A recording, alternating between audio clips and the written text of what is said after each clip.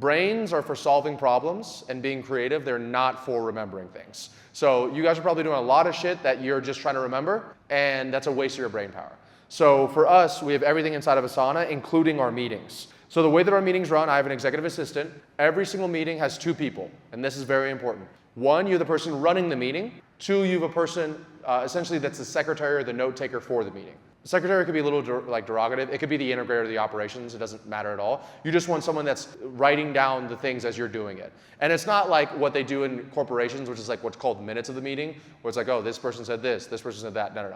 This is, I'm going to get through what they cover in a moment, but these are the 2 most important things that they'll do. They write down what are the issues, and they write down what are the to-dos. So the meeting is, this is a meeting for for an hour long, but actually our meetings are now 90 minutes long. So our old meetings used to be 60 minutes, and I used to hate meetings. Once we followed this new transition, this new thing, I now our whole team agreed to move them to 90 minutes because they're so valuable, right? So imagine someone coming to you and saying, we should make our meetings 30 minutes longer, and everybody being like, that's a great idea. That's when you know that you're having good meetings, right? If you say we should make our meetings 30 minutes longer and people say that they're going to kill themselves, then you probably need to adjust how you do your meeting.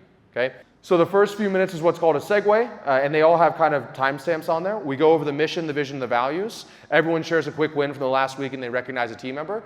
That's just going to take 5 minutes. Then you do a scorecard, rock, and cash review. So then you'll pull up your Pletco dashboard and you say, are we on track or off track for our goals? So new cash is on track or new cash is off track. Number of taken calls is on track, number of taken calls is off track. And you're not solving a problem here. You are just identifying the problem exists. This is a huge difference. What happens is suddenly you say, marketing, show up rates off track. So I say, marketing is taking calls off track. And Clint goes, yeah, taking calls off track, but it's because show up rate is down, blah, blah, blah, blah. And you stop them. You go, look, okay, marketing, taking calls is off track. And that's something that the person who's taking notes writes that down. Taking calls off track. And then you move forward to the next person.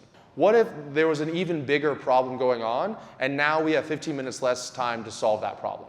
And what you'll realize once you have a big enough organization is that everything's fucking going wrong all the time. And so you need to be able to prioritize all the things that are actually making a difference. So sometimes there's like some really big fires and you have 4 huge fires going on at the same time. Well, what you need to do is you need to decide what is the most important one we need to solve right here. Then you review the to-dos.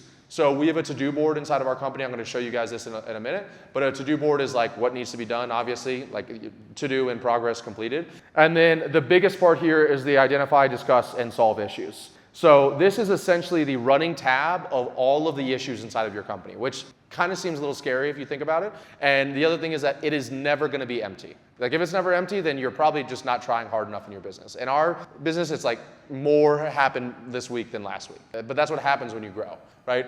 So you want to take first the 30 seconds. So as soon as you get in this section here, which this is 25 minutes into the meeting. So we have covered the segue. We've reviewed all the numbers for the company that are important on that scorecard there. We've talked about if there's any client or employee highlights that need to be talked about.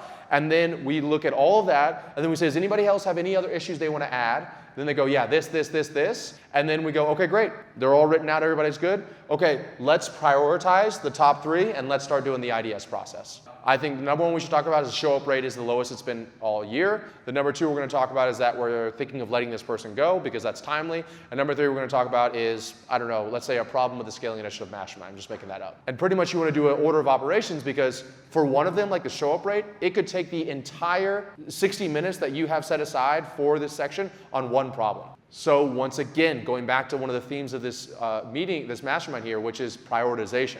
Does that make sense, you guys? I will tell you, I've done this for our company. I've now implemented this for all of our departments, and I've done this for all of our portfolio companies. And I will say safely, once you establish a product and you have a marketing channel, this is probably the 3rd most impactful thing I've ever done for any of my companies. If you want my help installing any of these systems in your business done for you, be sure to book a call with my team down below.